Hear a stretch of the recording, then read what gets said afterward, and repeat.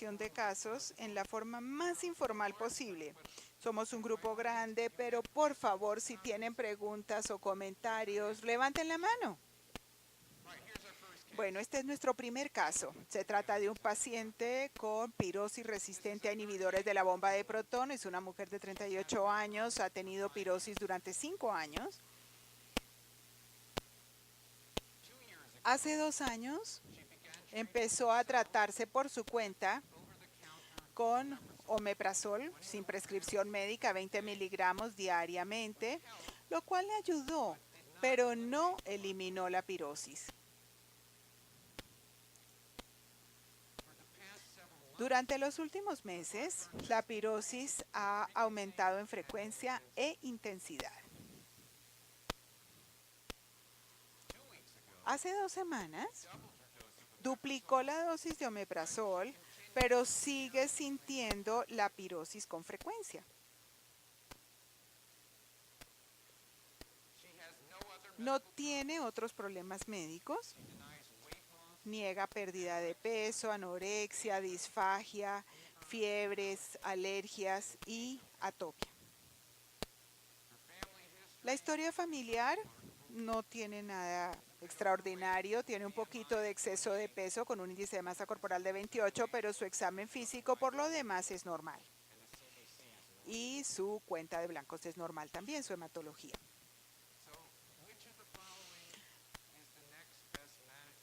¿Cuál de las siguientes será la mejor opción a continuación? Prescribir ranitidina al acostarse, metoclopramida, baclofeno, preguntarle cómo se toma el omeprazol o interrumpir el omeprazol y cambiar a otro inhibidor de bomba de protón. ¿Quién quiere formular ranitidina cuando se vaya a dormir? ¿Saben por qué esto es una opción? Aproximadamente hace 10 a 15 años, la gente hizo estudios de monitoreo de pH en pacientes, individuos normales, pacientes con pirosis, y encontraron lo que se llamaba la aparición nocturna de ácido. Si usted coloca una sonda de pH en el estómago en un individuo normal y les da un inhibidor de la bomba de protón 2 veces al día, aproximadamente 70% de individuos normales van a producir ácido, van a tener ácido en el estómago durante por lo menos 1 hora durante la noche. Los investigadores encontraron que podrían eliminar ese reflujo ácido nocturno agregando un bloqueador de H2 como la ranitidina. El problema era de 2 tipos. En primer lugar, que nunca demostraron que esta aparición de ácido nocturno tuviera nada que ver con los síntomas. Era un fenómeno de pH. Tenían una sonda de pH en el estómago y encontraron que había ácido en la noche. No significa que el paciente tuviera síntomas cuando se producía el ácido en la noche, simplemente había mucho ácido. En segundo lugar, cuando trataron a estos pacientes con ranitidina, sí, podían eliminar esa aparición del ácido en la noche, pero no duraba mucho, porque recuerden que se desarrolla tolerancia a los efectos antisecretorios de la ranitidina, así que después de 1 mes la mayoría de los pacientes ya no tenían esa inhibición de la aparición de ácido nocturna. Entonces, la prescripción de ranitidina para irse a dormir, ocasionalmente lo probamos para pacientes que se quejan de síntomas nocturnos. Si tiene un paciente que dice yo me despierto todas las noches con pirosis, puede intentarlo, pero no lo formulamos de rutina. ¿Alguien quiere prescribir la metoclopramida? ¿Está disponible la metoclopramida aquí? Bueno, sí, perfecto. Nosotros la usábamos mucho en pacientes con enfermedad de reflujo. Quizás la podemos seguir utilizando en pacientes que tienen problemas de vaciado gástrico y muchos pacientes con reflujo tienen además un problema de vaciado gástrico, pero los efectos secundarios son tan severos algunas veces con este medicamento. Si ustedes han visto el tipo de disquinesias que puede desarrollarse incluso con una dosis del fármaco, es un agente que realmente nos asusta usarlo de rutina, así que no lo usamos con mucha frecuencia. ¿Quieren prescribir baclofen a esta paciente? ¿Alguien quiere prescribirle baclofen? Todavía no queremos baclofeno. ¿Quieren preguntarle cómo se toma el omeprazol? Sí, algunos están a favor de eso. ¿Queremos interrumpir el omeprazol y cambiarlo a otro inhibidor de bomba de protón? No. Entonces, mucha gente le quiere preguntar cómo se lo toma. Bueno, ustedes son gente muy fisgona. ¿Para qué quieren saber eso? Sí, por supuesto, eso es correcto. Las, el comité de guías dice que el primer paso para el manejo del reflujo refractario es optimizar el tratamiento del inhibidor de la bomba de protón. Debe tomarse 30 minutos antes del desayuno y 30 minutos antes de la cena. Entonces, ese efectivamente es el primer paso. Es difícil argumentar que usted debe preguntarle a la paciente cómo se toma el omeprazol, pero sinceramente en mi práctica yo no he encontrado que esto sea de gran utilidad, que una vez que el paciente toma la dosis correctamente todos los problemas desaparecen. Pero sí es lógico y es muy fácil preguntar, así que sí, definitivamente averigüe si la paciente se está tomando el medicamento correctamente. Los inhibidores de la bomba de protón son más efectivos cuando se toman antes de las comidas. Algunas pacientes, muchos pacientes lo toman cuando se levantan en la mañana o simplemente antes de acostarse. Eso no es la manera óptima de tomar un inhibidor de la bomba de protón. Entonces esto es correcto y todos lo hicieron bien, por lo menos de acuerdo con las guías de la Sociedad Americana de Gastroenterología. Recuerden las razones por las cuales los síntomas pueden persistir durante el tratamiento con inhibidores de la bomba de protón, que el paciente tiene reflujo, pero a pesar de tomar el medicamento tiene síntomas de reflujo ácido anormales. Estas son todas las causas, síntomas por el reflujo no acídico. También es posible que el paciente tenga algún trastorno esofágico que no es reflujo o un trastorno extraesofágico que le produce los síntomas, o los síntomas son totalmente funcionales. Entonces, en nuestro paciente, con estos antecedentes, ella nos dice que está tomando correctamente el inhibidor de la bomba de protón, pero sigue teniendo síntomas. Ahora, ¿qué queremos hacer? Estas son sus opciones. Pueden hacer una deglución de bario, un estudio de vaciado gástrico con radionucleídicos, una prueba de Bernstein, una endoscopia o un monitoreo de impedancia y pH esofágico de 24 horas. ¿Alguien quiere hacer bario? Bien. El bario, yo no creo que no sirva, pero no sirve para cosas específicas como el diagnóstico de la enfermedad de reflujo. Si usted quiere saber si el paciente tiene enfermedad de reflujo, es muy difícil que el bario le vaya a mostrar una complicación severa en estos pacientes. Ella tiene 38 años, solamente tiene pirosis, no tiene disfagia ni ninguna otra cosa donde quizás nos pudiera ayudar la deglución de bario, pero la deglución de bario solamente para diagnosticar el reflujo no es muy útil. Si nos muestra reflujo, no nos está diciendo que los síntomas se deben al reflujo. Si el bario nos muestra una estrechez o una masa u otra cosa, entonces van a tener que hacer una endoscopia de todas maneras. Así que la deglución con bario realmente no es muy útil en el diagnóstico inicial de la enfermedad de reflujo. Un estudio de vaciado gástrico radionucleido, ¿alguno de ustedes lo quiere hacer?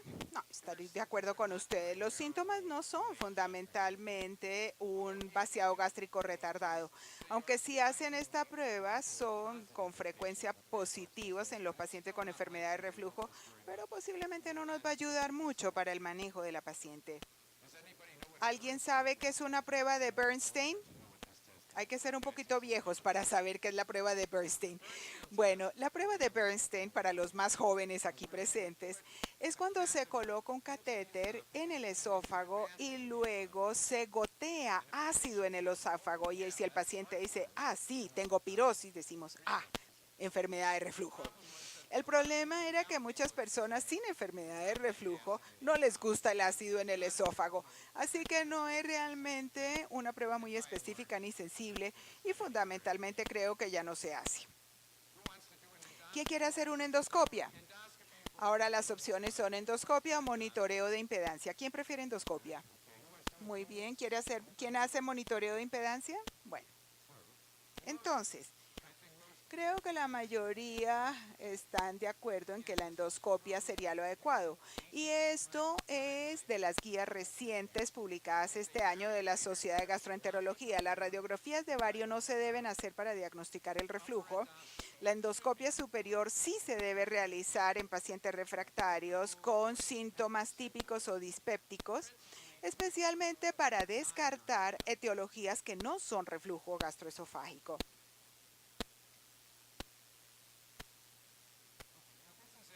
Ahora, esta es una pregunta típica del examen para el board. Estoy seguro de que aquí también tienen el board, así es como se estructuran las preguntas de este examen en Estados Unidos. La pregunta es, ¿qué es la endoscopia? ¿Qué nos mostrará probablemente la endoscopia en este paciente? Es decir, ¿cuál es el diagnóstico y qué es lo más probable que aparezca en la endoscopia? ¿Qué nos mostrará esta endoscopia? Tenemos varias opciones. Tenemos grietas verticales, esofagitis grado C de Los Ángeles, telaraña esofágica, un parche en el opérculo o un esófago normal. Bueno, ¿quién cree que la endoscopia nos va a mostrar esas líneas verticales? Algunos de ustedes diría que eso. Bueno, vamos a hablar acerca de esofagitis eosinofílica más tarde. Pero estas líneas verticales es algo típico de la esofagitis eosinofílica, estas arrugas verticales. Esofagitis grado C es posible, pero esto no es una historia típica de la esofagitis eosinofílica. En primer lugar, es mucho más común en hombres que en mujeres. Posiblemente es 3 veces más común en hombres que en mujeres. Ella está en el grupo etario correcto para la esofagitis eosinofílica. Estos pacientes se quejan de pirosis, pero el síntoma típico en adultos de la esofagitis eosinofílica es la dispepsia. Y ella no tiene dispepsia.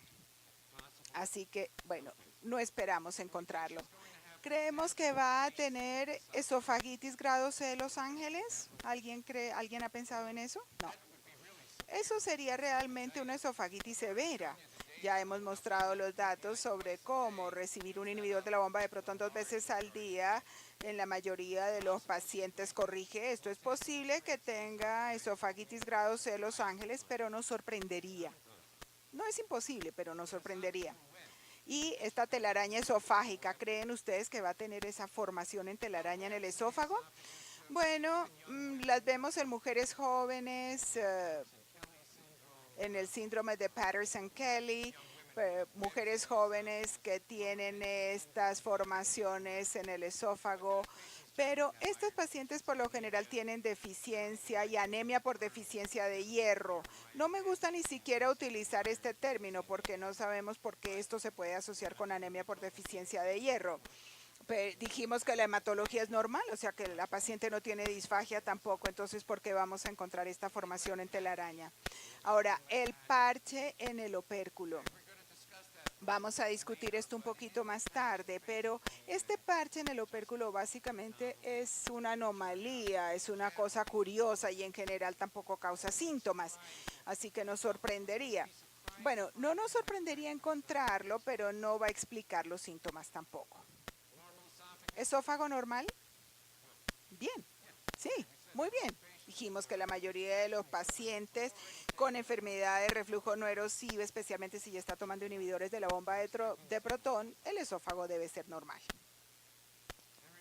Y recuerden que definimos el reflujo, la enfermedad de reflujo no erosivo como la presencia de síntomas molestos relacionados con reflujo en ausencia de rupturas de la mucosa.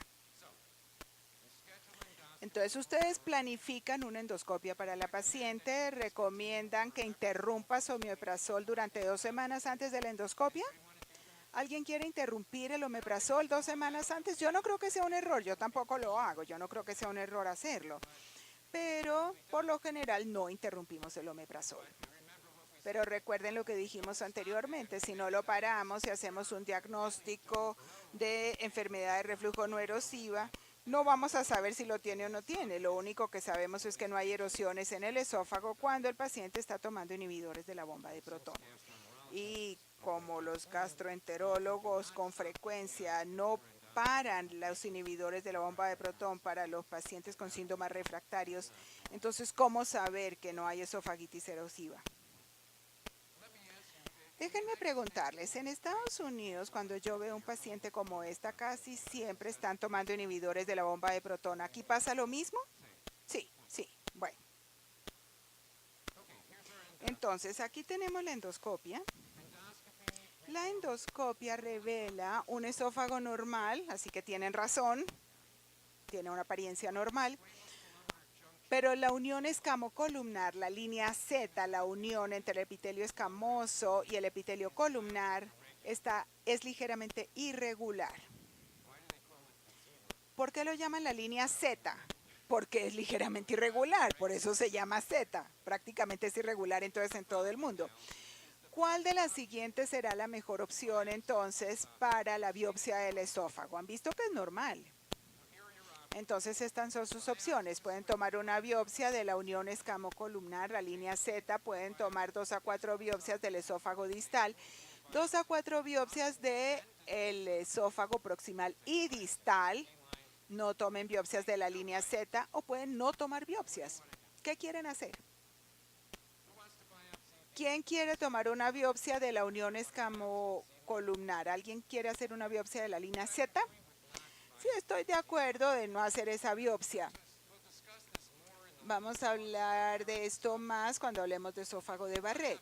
Si usted hace una biopsia de la línea Z de esta mujer, muy probablemente van a encontrar metaplasia intestinal.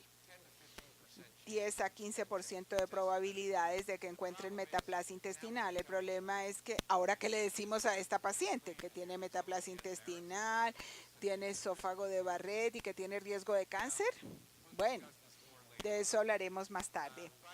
Dicho sea de paso, esto no es una práctica poco común en Estados Unidos. Creo que es un error, pero lo hacen con frecuencia, tomar la biopsia de esta línea Z, esta línea irregular.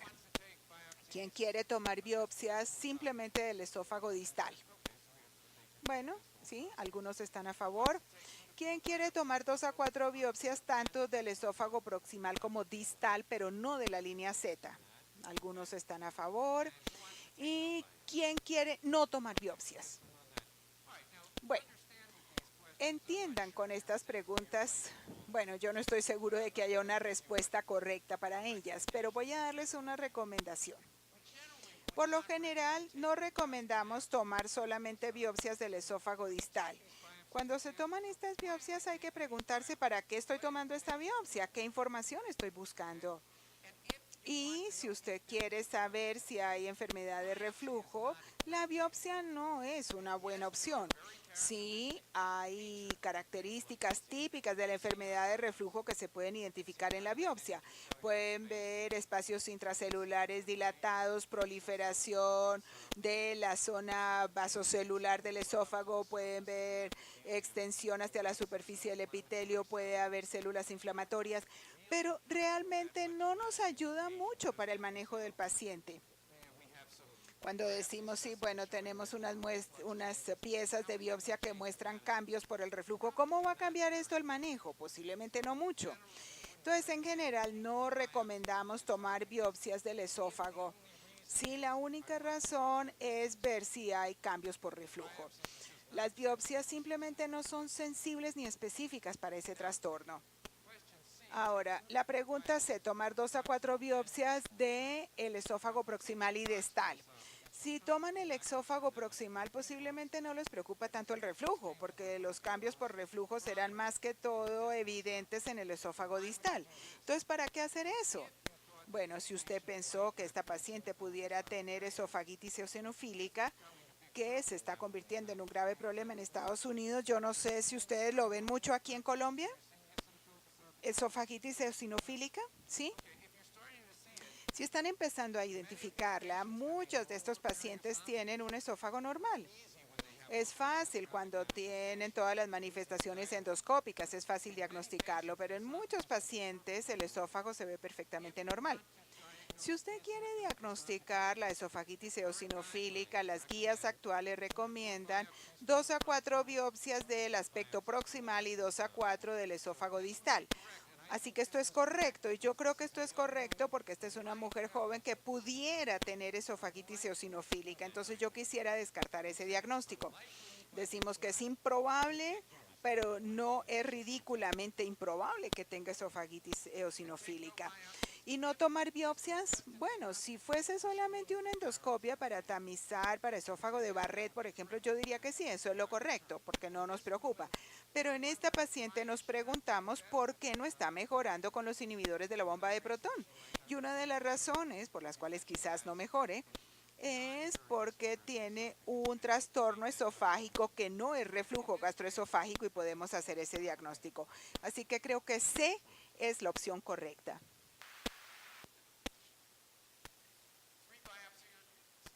3 biopsias se toman de la parte proximal y distal del esófago, no de la línea Z. Las biopsias distales es probable que muestren cuáles de las siguientes anomalías que se va a encontrar en estas biopsias. ¿Qué piensan ustedes? Dijimos que hay muchas posibilidades, pero ¿cuál es lo que tiene mayor probabilidad de aparecer? Más de 15 eosinofílicos por poder alto, campo de poder alto, o los cuerpos de inclusión tipo A, Cowdrey, espacios intercelulares dilatados, metaplasia intestinal o mucosa cardíaca. ¿Quién piensa que vamos a encontrar más de 15 eosinófilos por campo de alto poder? Es posible, pero no es muy probable. Es posible, pero no muy probable. Ahora, cuerpo de inclusión Cowdrey tipo A. Esto es lo que se ve con esofagitis herpética. Si nunca han visto esofagitis herpética, es un esófago que se ve muy mal. Parecería como un reflujo tremendo, esofagitis por reflujo, pero la biopsia de estos cuerpos de inclusión Cowdrey tipo A son específicos para la herpética y pensemos que este no es el diagnóstico. La esofagitis herpética, síntomas que son odinofagia. Cada vez que yo trago me siento mal. El paciente no se queja de odinofagia, se queja más bien de pirosis consistente. Espacios intercelulares dilatados. ¿Quién dice que esto? Bueno, es el paciente y es un hallazgo claro en el caso del NERD, de la enfermedad no erosiva, pero puede soportar o respaldar el diagnóstico de la no erosiva del paciente. Y metaplasia intestinal mucosa cardíaca, DIE, estamos diciendo que estamos haciendo biopsia de la parte escamosa del esófago, a menos de que usted hace una biopsia del estómago o del revestimiento, no se encontrará metaplasia intestinal ni tampoco mucosa cardíaca. Muy bien. Ahora, ¿qué vamos a hacer? ¿Qué prueba de diagnóstico queremos pedirle para el paciente? ¿Un trago de bario? ¿Quién dice? ¿Trago de bario? Esta pregunta es injusta, se los voy a decir, es muy injusta, pero se las estoy presentando. ¿Estudio de motilidad esofágica? ¿Quién dice que sí? Y un tipo de monitoreo esofágico ambulatorio, pHimetría y una monitoreo de impedancia pH esofágico ambulatorio. Digo que es injusta porque uno puede los últimos 3 utilizarlos. No el trago de varios, no nos va a ayudar en este caso porque no estamos pensando que se trata de una complicación de la enfermedad por reflujo. El trago de varios puede ser útil si tenemos complicación en estrechez, por ejemplo, pero no nos ayuda con ese diagnóstico. Considero que las últimos 3 podrían ser razonables. Es difícil, sin embargo, ser dogmático y decir todo el mundo requiere monitoreo con impedancia y pHimetría porque no sabemos qué hacer a nivel clínico con los datos de impedancia. Con frecuencia encontramos anomalías, pero no tenemos buenos estudios que indiquen qué se hace con estas anomalías. Un estudio de pHimetría estaría bien. Yo prefiero la impedancia, pHimetría, y cuando tenemos estudios de impedancia y pH, tenemos estudios de motilidad al mismo tiempo para posicionar el catéter de pH. Si utilizamos el catéter Bravo, ese no requiere un estudio de motilidad para posicionarlo. Usted lo posiciona según los hallazgos endoscópicos, pero a través de la nariz, monitoreo de pHimetría y monitoreo de impedancia a través de la nariz es como algo adicional el estudio de motilidad. Las últimas 3 serían razonables. En caso de la guía ACG dice que pacientes con reflujo refractario y evaluación negativa por endoscopia deben someterse a monitoreo por reflujo ambulatorio. No especifican si debe ser pHimetría o impedancia y pH.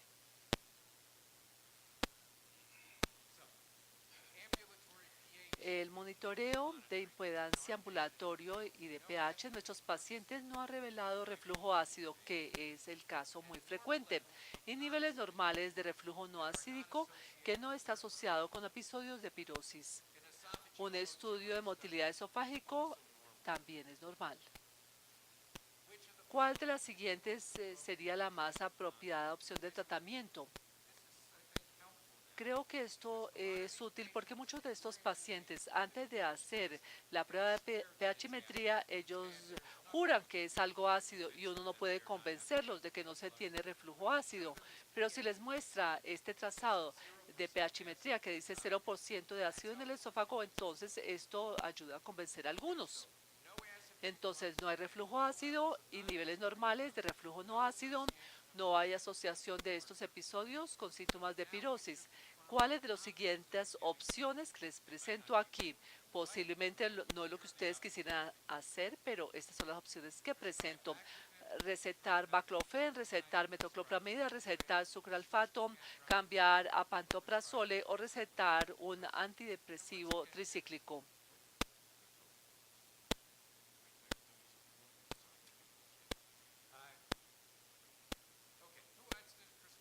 ¿Quién va a recetar baclofen? ¿Quién va a recetar baclofen? Creo que esta sería una opción razonable, porque baclofen, perdón, corrección del orador, no sería una opción, no es una opción razonable, porque ya hemos mostrado que no hay episodios de reflujo asociados con síntomas. Entonces, ¿para qué vamos a dar un agente cuya función primaria es parar el reflujo y que le va a dar efectos colaterales, secundarios, cuando ya hemos mostrado que no hay asociación de los síntomas y episodios de reflujo? Y metoclopramida, ¿quién va a recetarlo? Creo que ya hablamos suficiente de metoclopramida. No hay razón para recetar metoclopramida en este paciente. ¿Y quién va a recetar sucralfato? ¿Todavía ustedes utilizan sucralfato?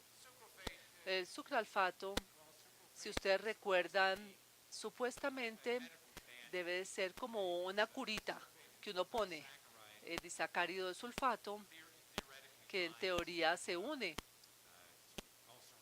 a las úlceras. ¿Lo tienen aquí disponible el sucralfato? Sí. Nosotros lo utilizamos de vez en cuando. No estoy convencido de que ni siquiera funcionen las úlceras con esofagitis, pero este paciente no tiene esta esofagitis ulcerativa, o sea que no hay papel para el sucralfato. Cambiar a pantoprazol, ¿quién lo haría? Y los datos dicen que cuando cambiar a estos inhibidores es algo que no existe. Se ha mostrado, sin embargo, que si usted toma la misma persona y le da un diferente inhibidor cada 2 semanas, usted encontrará que algunos pacientes responden muy bien a un inhibidor y no al otro en cuanto a supresión del ácido, aunque todos los inhibidores parecen ser muy similares como grupo, pero algunos pacientes responden mejor a omeprazol o a lansoprazol, otros pacientes responden mejor a lansoprazol que a omeprazol, o sea que no es posible poder decir cuál va a responder mejor. Si el trazado del pH de esta persona muestra reflujo ácido persistente como problema, entonces habría sentido cambiar a pantoprazol, pero el estudio de pHmetría ya mostró que no hay reflujo ácido, entonces no tiene sentido cambiar el inhibidor de la bomba de protones en esta situación. ¿Usted va a recetar un antidepresivo tricíclico? Bueno, sí, creo que sería algo razonable de ensayar en este paciente. Les dije que el estudio cooperativo que estamos haciendo en la actualidad en Estados Unidos en pacientes de este tipo, y lo que ha sido un problema muy serio para nosotros en el reclutamiento de los pacientes al estudio es que muchos de estos pacientes ya están tomando un antidepresivo tricíclico por otros problemas, no específicamente por esto. Y muchos de estos antidepresivos tricíclicos tienen una lista enorme de contraindicaciones. Uno puede mezclarlos con otros fármacos y muchos de estos pacientes ya están recibiendo otro fármaco que hace que sea imposible agregar un tricíclico. Usted puede ensayar algo diferente en este caso, pero con estas opciones el antidepresivo tricíclico tendría mucho sentido.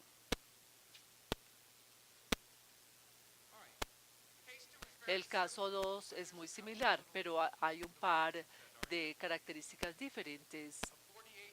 Mujer, 48 años, se queja por pirosis en los últimos 2 años. Describe un dolor que le quema en el tórax y que a veces llega hasta la garganta y la lengua.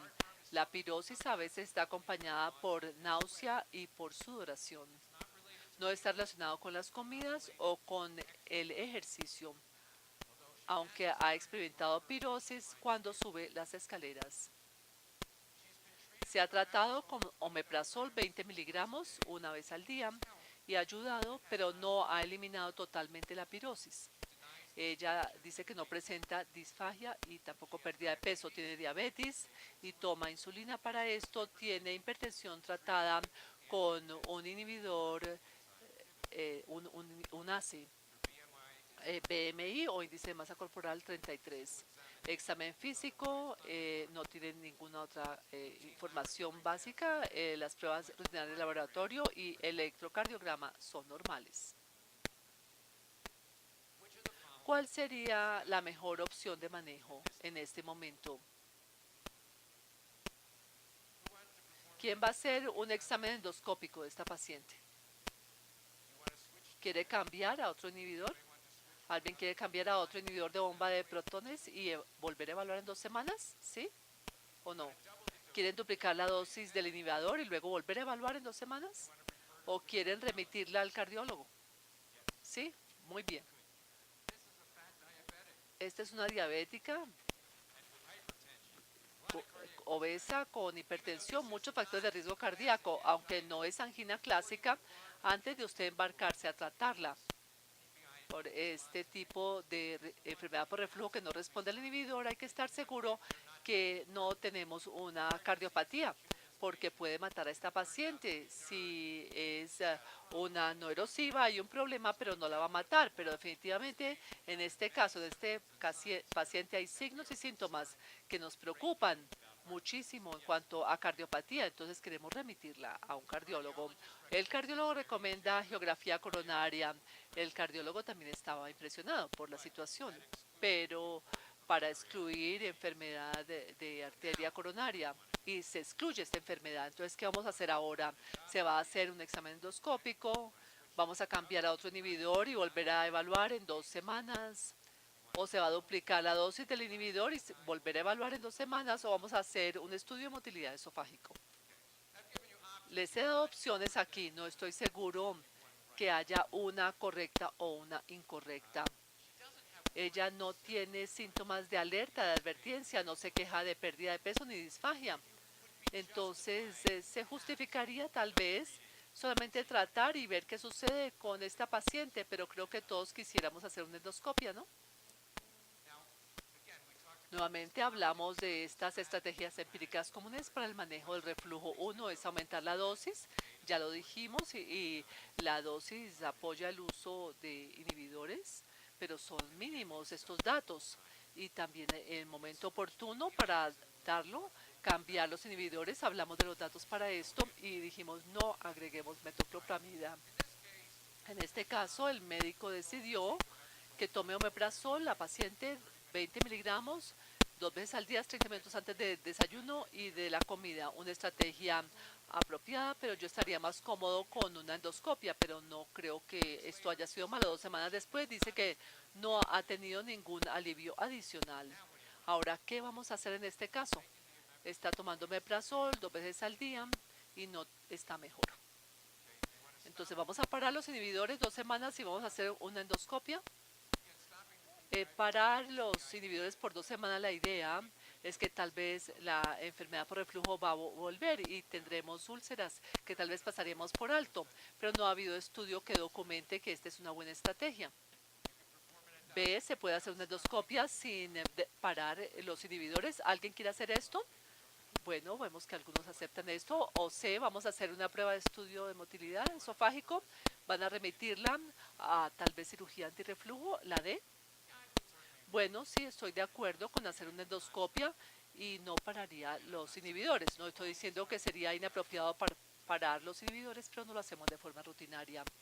Se continúa la terapia de inhibidores y se hace un examen endoscópico. La endoscopia es normal y los especímenes de la biopsia del esófago distal y proximal también son normales. Nuevamente estamos buscando esofagitis eosinofílica, no la encontramos.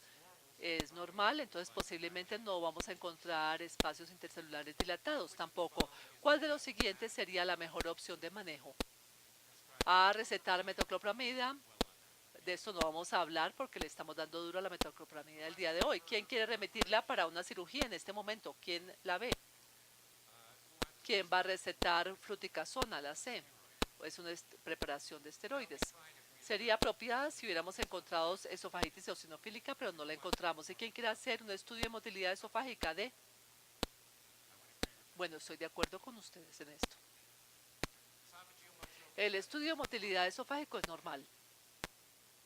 Ahora, ¿cuál es la mejor opción de manejo? Parar los inhibidores y repetir la endoscopia. Tal vez pasamos por alto la esofagitis erosiva y tal vez se va a ver si paramos los inhibidores. Vamos a parar los inhibidores B y repetir el estudio de motilidad esofágico. ¿Algunos datos que respalden esto? No, realmente no. Y si vamos a parar los inhibidores y hacer un estudio de impedancia y monitoría, o vamos a continuar los inhibidores y vamos a hacer un monitoreo de impedancia y pHimetría esofágica. Es un tema de debate amplio entre los expertos. ¿Paramos o continuamos los inhibidores? A mí me gusta continuar con los inhibidores. Y el razonamiento es el siguiente. Ustedes pueden argumentar a favor de cualquiera de los dos. Aquellos que paran los inhibidores dicen, si no paramos los inhibidores, nunca sabemos si el paciente tenía enfermedad por reflujo, porque todo se ve normal hasta el momento, pero si no paramos los inhibidores, entonces no hay forma de saber si la paciente ha tenido enfermedad por reflujo, y posiblemente esto es válido. Sin embargo, continúo con los inhibidores porque no me importa qué suceda en el nivel de base, quiero saber por qué la paciente no responde a los inhibidores de la bomba de protones. No me importa si tenga reflujo sin los inhibidores, pero ella tiene una dosis doble de un inhibidor de bomba de protones y no mejora. Quiero saber si hay algún tipo de reflujo anormal persistente o no, mientras que reciben los inhibidores. Prefiero entonces este enfoque. Muchas personas no lo prefieren, pero yo sí.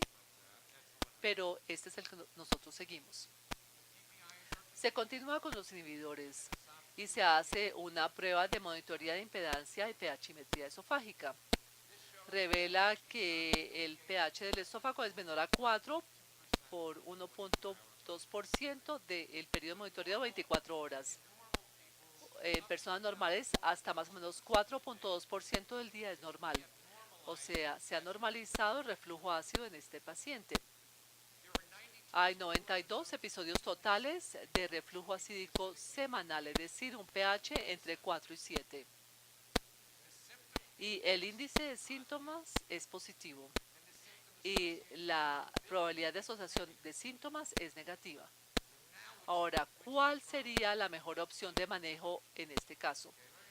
Voy a hacer esto, es injusto, pero se los voy a hacer esta pregunta. ¿Qué vamos a hacer con esta paciente? El índice de síntomas es positivo, la probabilidad de asociación de síntomas es negativa. Vamos a remitir a la paciente a cirugía antirreflujo A. Vamos a recetar baclofen. Vamos a recetar un antidepresivo tricíclico o vamos a recetar betanecol. El problema con hacer la pregunta ahora es que es un poco más sofisticado porque el índice de síntomas es positivo y la probabilidad de asociación de síntomas es negativa. ¿Qué significa esto? ¿Cómo es esto posible? No quiero aburrirlos demasiado, pero vamos a discutir esto un poco. ¿Cómo se tiene este tipo de correlación síntoma-reflujo? Cuando se hace esta correlación solo hay 4 posibilidades y la pueden colocar en este cuadradito. Se divide en 4 posibilidades. Tenemos aquí la izquierda superior, voy a señalar esta de aquí, quiere decir que el paciente tiene síntomas y el paciente tiene un episodio de reflujo al mismo tiempo. Síntomas positivos y reflujo positivo.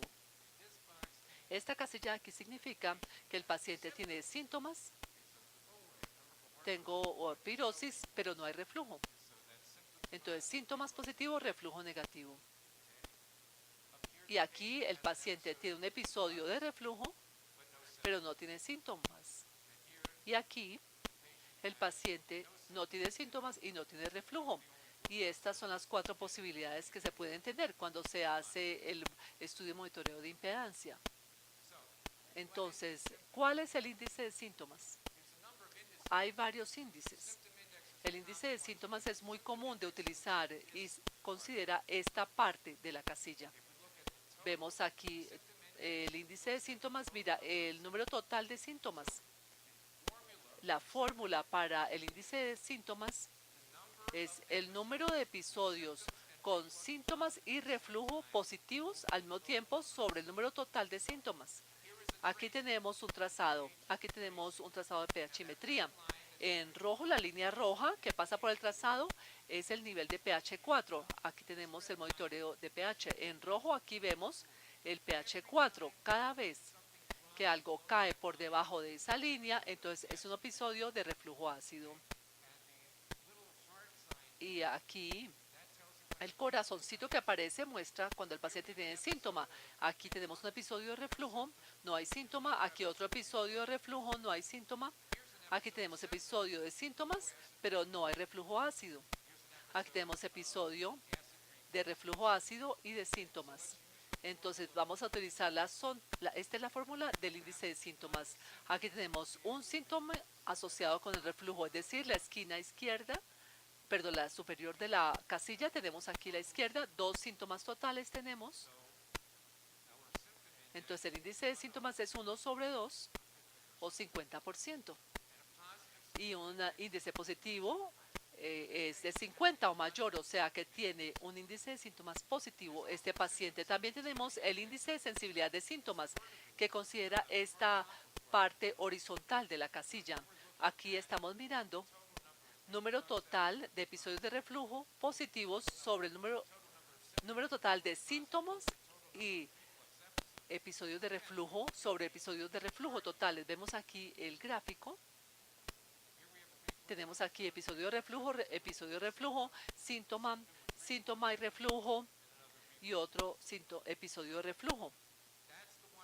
Y este es el positivo asociado con reflujo y síntomas. Ahora tenemos 4 episodios que no están asociados, 4 episodios de reflujo no asociados. Número total de episodios de reflujo es 5. El índice de sensibilidad de síntomas es 1 sobre 5, 20%. Y este índice de sensibilidad a síntoma mayor a 5. Les prometo que solamente les voy a mostrar una más de estas.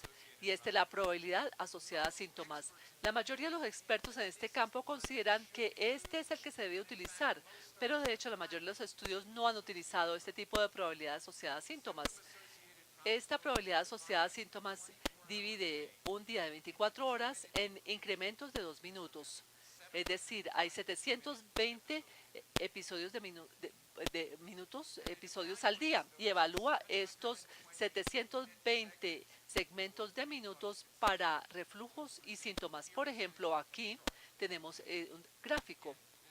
El paciente tiene 3 episodios de síntomas asociados con 3 episodios de reflujo, 22 episodios no asociados y todos la probabilidad de asociación de síntomas utiliza la prueba de exactitud de Fisher para determinar la probabilidad de que los números de esta tabla de contingencia están distribuidos de forma aleatoria.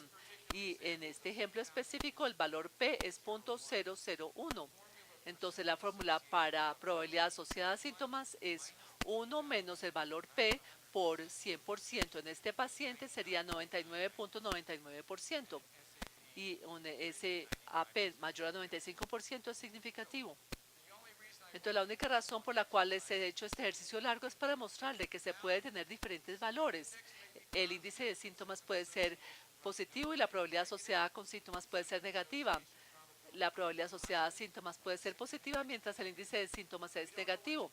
No sabemos qué hacer entonces con esto. ¿Cuál sería la mejor prueba? No lo sabemos, pero estas son las cifras que obtenemos. Y cuando tenemos un estudio de monitoreo de impedancia y pHmetría, le da ambos, le da el índice de síntomas y le da la probabilidad asociada a síntomas y no sabemos cuál es el mejor para utilizar. La mayoría de los expertos les gusta este, pero no se basa en muchos datos, por la cual prefieren esta probabilidad asociada a síntomas. Bueno, de todas formas, volvamos al caso. Entonces, inhibidores se continúan y se hace una prueba de monitoreo de impedancia, pHmetría esofágica. Esto muestra que el pH esofágico es menor a 4 durante 1.2% del periodo de monitoreo de 24 horas que dijimos que era normal, 92 episodios totales de reflujo acídico a la semana, el índice de síntomas positivo y la probabilidad asociada a síntomas es negativa. Ahora traten de evaluar entonces esto, ¿cuál sería la mejor opción? Bueno, pensé que alguien me iba a hacer aquí una pregunta. Bueno, ¿cuáles son las mejores opciones de manejo? O la mejor, vamos a remitir al paciente a cirugía antirreflujo sin índice de síntomas positivos. Se puede hacer. Algunos estudios sugieren que sería lo correcto de hacer. Nuevamente, el tener un índice de síntomas positivos y una probabilidad de asociación de síntomas negativa, estoy un poquito renuente a hacer esto. Si ambos fueron positivos, me sentiría mejor mandando al paciente a cirugía antirreflujo, pero esto no quiere decir nada más, simplemente yo me siento mejor y no que el paciente se va a sentir mejor.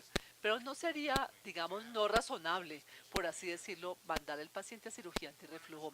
Vamos a recetar baclofen. Yo creo que podría ser razonable, aunque baclofen no es un fármaco excelente si pensamos en que estos síntomas causan el problema y es reflujo no acídico el que causa el problema. Baclofen en este caso sería una opción razonable. Un antidepresivo tricíclico, nuevamente, posiblemente no es que no sea razonable, aunque el estudio sugiere que los episodios de reflujo causan los síntomas, pero todavía podría ser modulado con un antidepresivo tricíclico. El único en la lista que no me gusta es recetar betanecol porque es agente colinérgico que debidamente aprieta el esfínter esofágico inferior y no se utiliza ya. Anteriormente, antes de los inhibidores de la bomba de protones, utilizaban el betanecol, pero da muchos efectos secundarios y pocos beneficios. Y no es una respuesta incorrecta tampoco, pero yo no creo que ya nadie lo utiliza, el betanecol. La idea aquí, y les doy todas estas opciones porque no sabemos qué hacer con los pacientes como estos que aquí aparecen, pero sería útil empezar. ¿Cuáles son las opciones razonables en este caso? ¿Qué tenemos frente a nosotros? Hay un estudio que sugiere que este paciente tiene un reflujo que ocasiona síntomas, entonces sí tendría sentido en este paciente no llamarlo pirosis funcional. No es enfermedad funcional necesariamente. Vamos a continuar. Aquí tenemos otro caso. Si alguien tiene preguntas en algún momento, yo estoy hablando y hablando, pero si tienen preguntas, si están en desacuerdo o piensan que hay algo, estoy siendo ridículo o algo, por favor me lo dicen. Un hombre, 52 años, pirosis, presenta regurgitación y dolor torácico atípico durante 2 años. El cardiólogo lo evalúa y no se observa enfermedad de arterias coronarias importante. Se trató con omeprazol 20 miligramos 2 veces al día, pero no tuvo alivio de los síntomas. La endoscopia mostró mucosa esofágica normal y la biopsia esofágica también fue normal. Se hizo fundoplicatura de Nissen hace 3 meses. Pero esto no llevó alivio en la pirosis ni el dolor torácico. Además, ha experimentado disfagia desde que se le hizo la cirugía y su peso cayó en 10 kilogramos. Un examen endoscópico reveló un esófago de apariencia normal. Los pliegues de fundoplicatura se observaron abajo y paralelos al diafragma. Estos pliegues tienen 2 centímetros más o menos de espacio y no hay estómago por encima de estos pliegues. El estómago y el duodeno se presentan como normales. Esta persona tiene síntomas después de la fundoplicatura. Los síntomas del paciente es probable que se deban a cuál de los siguientes. Se trata de la fundoplicatura de Nissen que se deslizó o una fundoplicatura mal formada o síndrome de gases, reflujo gastroesofágico persistente o un trastorno de motilidad esofágica. Pensemos en esto y volveremos a estas preguntas en un momento. voy a explicar cómo se hace la evaluación de estas diferencias y cómo podemos ver las diferencias. ¿Cuáles son las causas de síntomas que no se alivian o reaparecen después de la fondoplicatura? Se nos ha dicho que este paciente tenía pirosis antes de la fondoplicatura y no mejoró después. Entonces, ¿qué puede estar causando esta situación? Primero, que los síntomas se deben a reflujo y la cirugía no los eliminó. Así que es una operación fallida, una cirugía fallida. La otra posibilidad es que los síntomas no se deben a reflujo gastroesofágico y esto es un diagnóstico fallido. Enviamos a este paciente a ser operado por una enfermedad que no tenía. Entonces, ¿cómo saber si los síntomas que estamos viendo ahora se deben a reflujo o no? Este paciente se le hizo la fondoplicatura y ¿cómo podemos saber? Una cosa es hacer una endoscopia. ¿Qué nos dirá la endoscopia? ¿Cómo nos va a ayudar la endoscopia? Bueno, la endoscopia puede responder a la pregunta de si hay esofagitis por reflujo, si el paciente está teniendo esofagitis por reflujo que no se corrigió con la operación. ¿Hay alguna otra lesión? Y realmente queremos saber también si la fondoplicatura fue anatómicamente correcta. Muchos gastroenterólogos no se sienten muy cómodos con la evaluación de estos estómagos post-fondoplicatura. Así que voy a darles algunas reglas generales de qué deben buscar en el caso del paciente post-fondoplicatura. Esto es una fondoplicatura normal. Podemos ver aquí que los pliegues están ubicados por debajo y paralelos al diafragma. Cuando ven entonces esos pliegues de la fondoplicatura por debajo del diafragma van paralelos y una de las formas fáciles de saber si van paralelos o no es cuando usted avanza su endoscopio. La línea del endoscopio, cuando usted ve los pliegues, la línea debe verse así, no así, sino paralela. Eso significa que está paralelo al diafragma. Los pliegues deben estar separados a 1 o 2 centímetros solamente y no deben ver estómago por encima de los pliegues. Se supone que la fondoplicatura debe estar encima del estómago, así que no deben ver un pliegue y luego una bolsa estomacal acá. Esto es lo que llamamos una fondoplicatura deslizada. Aquí tenemos un segmento del estómago que está por encima de los pliegues de la fondoplicatura. Entonces se deslizó y lo llamamos así porque creemos que el estómago se desliza o forma una hernia a través de la fondoplicatura. A pesar de que lo llamamos una fondoplicatura deslizada, también lo llaman un Nissen deslizante. Tom Demister, un cirujano muy conocido, no le gustaba este término porque decía que el cirujano cometía errores en la envoltura alrededor del estómago. No fue que se deslizó la fondoplicatura, sino que se puso en el lugar equivocado desde el principio. Entonces, cuando ven estómago por encima de los pliegues de la fondoplicatura, eso se puede llamar una fondoplicatura deslizante. Y eso es información útil. La fondoplicatura puede estar mal formada, puede tener una malformación. Vemos que los pliegues entonces están en diagonal en lugar de en paralelo. Entonces, con estos antecedentes vamos a preguntar nuevamente. ¿Tiene este paciente una fondoplicatura de Nissen deslizante? Recuerden que les dijimos que los pliegues tenían que estar paralelos al diafragma y no debía haber estómago por encima de los pliegues, así que no es este el problema. Y puesto que la fondoplicatura aparentemente está normal endoscópicamente porque está paralela al diafragma y tiene una separación de 2 centímetros, no tiene malformación. No es un Nissen malformado. Este paciente es difícil diagnosticarle la distensión por gas. Tiene los mismos síntomas que tenía antes de la operación. Es verdad que después de esta operación los pacientes pueden desarrollar lo que se llama el síndrome de distensión por gas, pero esto no es el caso. Estos son unos problemas diferentes. ¿Creen ustedes que sea reflujo gastroesofágico persistente lo que estamos viendo? Bueno, no estamos seguros, pero no vemos ninguna evidencia de reflujo gastroesofágico persistente. Tenemos una fondoplicatura técnicamente bien hecha que aparentemente está intacta y no tenemos signos de reflujo ni endoscópicamente, entonces nos queda solamente el trastorno de motilidad esofágico de la lista. ¿Sí, señor? ¿Usted quería hacer un comentario?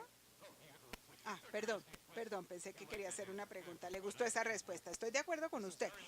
Es muy probable que se trate de un trastorno de la motilidad esofágica. El paciente con disfagia después de la fondoplicatura, primero que todo, en el periodo inmediato post-fondoplicatura, casi todos los pacientes van a tener disfagia. Eso no es una complicación del procedimiento. Eso es algo que cabe esperar. Los pacientes van a tener algo de disfagia después de la fondoplicatura, pero no suficiente como para perder 10 kilos después de varios meses. Así que posiblemente ya hemos envuelto un esófago que tenía una anomalía para comenzar. Y eso no está bien. Estos pacientes, antes de referir a alguien para una fondoplicatura, y todavía hay muchas razones válidas para referir a los pacientes a cirugía antirreflujo, pero no deben someterse al procedimiento antirreflujo sin primero tener un estudio de motilidad esofágica. Queremos saber si hay algún problema de la motilidad antes de hacer la fondoplicatura.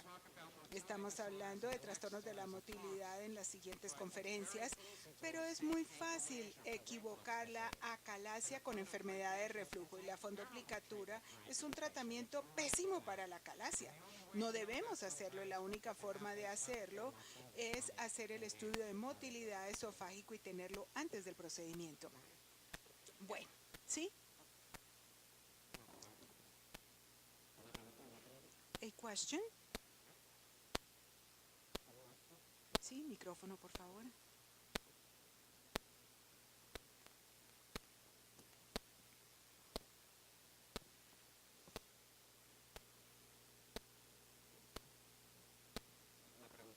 The question is as follows. In the previous case, sometimes the endoscopic post-surgical evaluation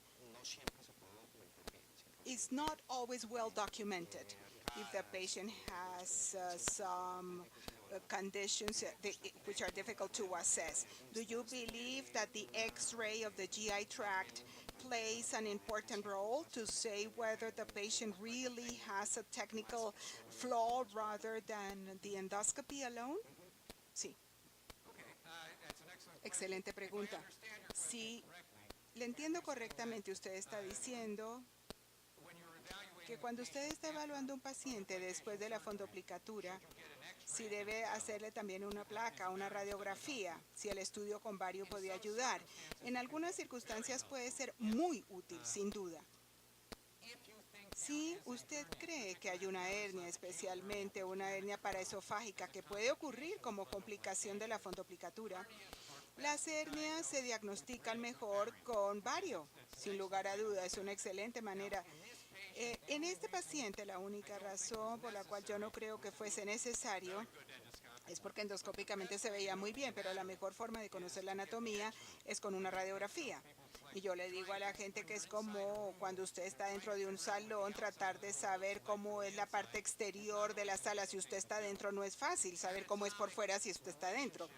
Las relaciones anatómicas se pueden determinar muchísimo mejor con un estudio con bario que con uroendoscopia, así que definitivamente sí hay un papel para la radiografía en la evaluación de estos pacientes.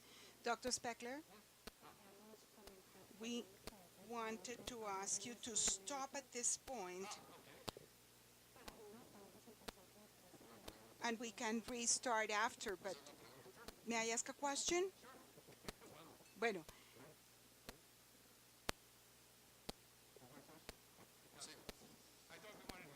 Pensé que queríamos ir hasta las 11, pero si quieren me detengo acá, no hay problema.